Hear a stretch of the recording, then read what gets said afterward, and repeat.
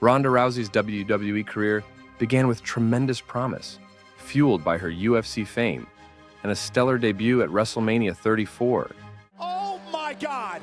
WWE's newest superstar, Ronda Rousey is here! However, her outspoken nature and controversial actions gradually led to her downfall, publicly dismissing wrestling as fake fighting and calling fans ungrateful, alienated much of the WWE audience, damaging her credibility. Like, you know what? Fuck you people. Fuck all you guys. That's the thing. It's not a fucking promo. It's not an act. I'm not going out there and doing their fucking act anymore. Her promos lacked the emotional connection needed in sports entertainment, and her in-ring performances during her second run felt lackluster. Additionally, feuds with stars like Liv Morgan and Shotzi failed to reignite her momentum. Rousey's refusal to fully embrace WWE's culture and her dismissive attitude toward fan criticism only deepened the disconnect. While her initial impact was undeniable, her missteps, both in words and performance, sabotaged a career that once seemed destined for greatness. Rob Van Dam was on top of the world in 2006, holding both the WWE and ECW championships. But just weeks after his historic win, everything came crashing down. You wrestled tonight? Yeah, just a few minutes ago. Do you have any marijuana, guns, knives, drugs, anything like that in the vehicle? 49, Can you explain to me why your car smells like dope? RVD and fellow wrestler Sabu were pulled over in July 2006 while traveling in Ohio, and police discovered 18 grams of marijuana, along with other controlled substances, in their car.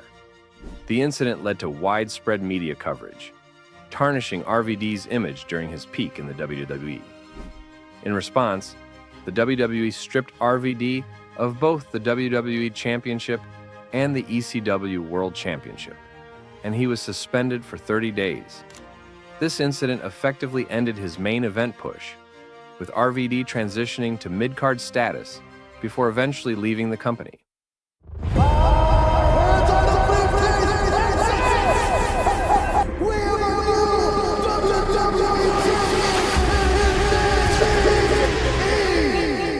It's been nearly 3 years since Big E suffered a career-altering neck injury on SmackDown, and with each passing day, the possibility of him returning to the ring appears increasingly unlikely.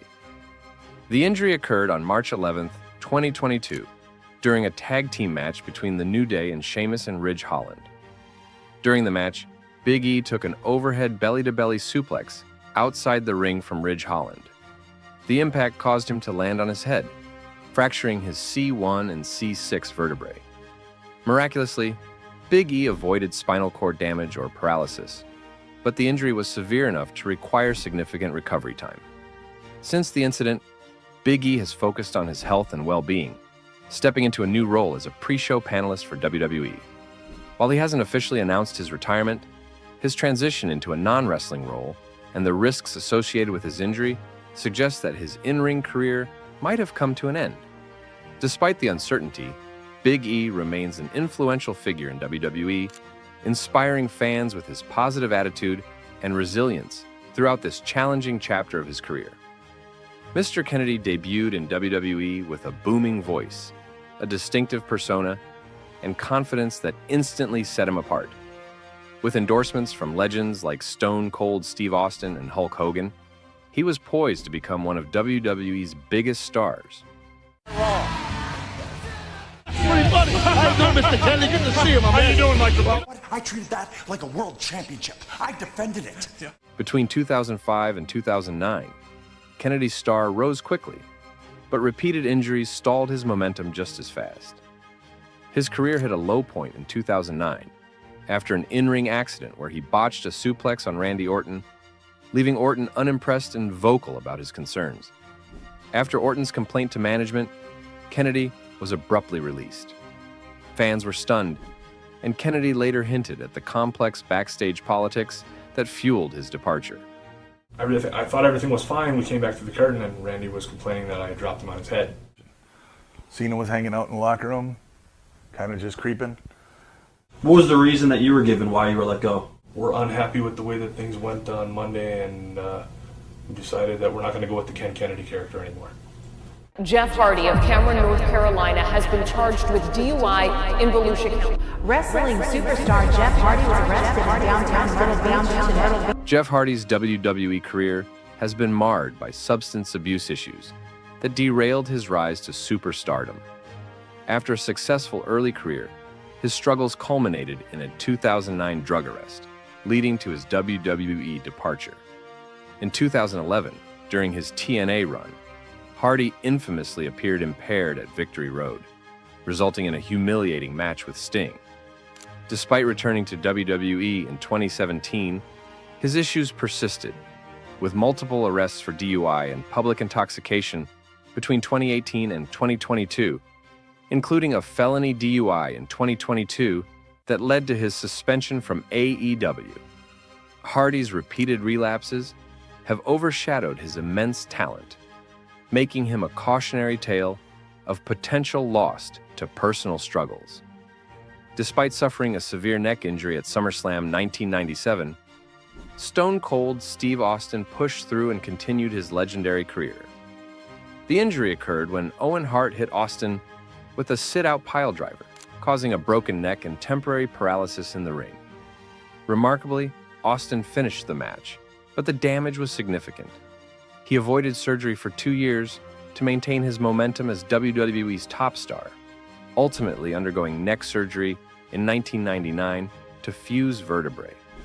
Austin returned in late 2000 and continued wrestling until 2003, when lingering issues forced him to retire after a final match against The Rock at WrestleMania 99. The injury and subsequent surgeries forever altered Austin's in-ring style, shifting him to a more brawler-based approach. In 2022, Austin surprised fans by stepping back into the ring at WrestleMania 38 for an impromptu match against Kevin Owens, proving he could still perform despite his past injuries. However, due to the severity of his neck issues, a full-time return remains highly unlikely. Enzo Amore, known for his unique look, brash personality, and catchy one-liners, became a fan favorite and tag team star alongside Big Cass.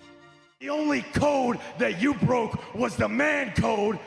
But his WWE journey came to an abrupt halt in 2018 when allegations surfaced against him, and WWE claimed he had failed to disclose the ongoing investigation. Despite being later cleared, WWE released him for his lack of communication, citing it as a violation of company protocol. Enzo's career trajectory from WWE star to free agent was a sudden reminder of how quickly things can turn. Ryback, who went from Nexus member Skip Sheffield to The Big Guy, known for his chant, became one of WWE's most promising stars in 2012. With a dominating physical style and a fan-followed persona, he was on the fast track. But by 2016, frustrated with how WWE handled talent pay and booking, he took his grievances public, calling out the company's policies. I need to go, and I need to go. And I left, and I walked out. I told them to take me off their TV show. Soon after, Ryback and WWE parted ways, and his continued criticisms have since kept the door to WWE firmly shut. Alberto Del Rio, a former WWE champion, seemed to have it all: a prestigious wrestling background, in-ring skills, and a confident Mexican aristocrat persona. But in 2014, tensions escalated behind the scenes when Del Rio reportedly confronted a WWE social media manager over an insensitive racist comment. Del Rio's response? A slap that sent shockwaves through the locker room. WWE swiftly released him, although he would briefly return in 2015 before further controversies derailed his career. Later, his tumultuous personal life and high-profile relationship with Paige kept him in the headlines, but he never reached his former heights in WWE. Perry Saturn, a former Army Airborne Ranger and ECW original, was known for his gritty wrestling style and tough guy persona. But in 2001, during a match with Mike Bell on WWE Metal, a botched move triggered Saturn's anger. Instead of continuing with the match, he broke character, lashing out and delivering real, unscripted punches and slams to Bell.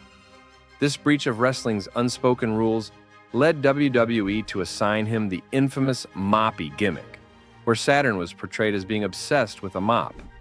The once imposing wrestler became a joke, and his WWE career faded soon after.